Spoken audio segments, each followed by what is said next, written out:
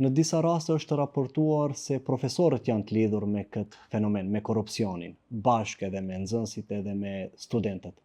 A do të thotë kjo që nesër mund të kemi një situatë ku do të prodhojmë intelektual, kushtimisht them politikan, intelektual të korruptuar? Të jemi të sinqertë, të jemi të realt, përderisa të gjithë ata që janë në pozitë sot kanë dalë nga bankat shkollore dhe pozita e tyre është regjistruar me keqpërdorim, këtu mendoj se është e thënë e tëra, ky është rezultati i gjithë asaj që është dukuri negative, është shkatruese korrupsioni dhe vetë fjala korrupsion ka këtë kuptim, shkatrim.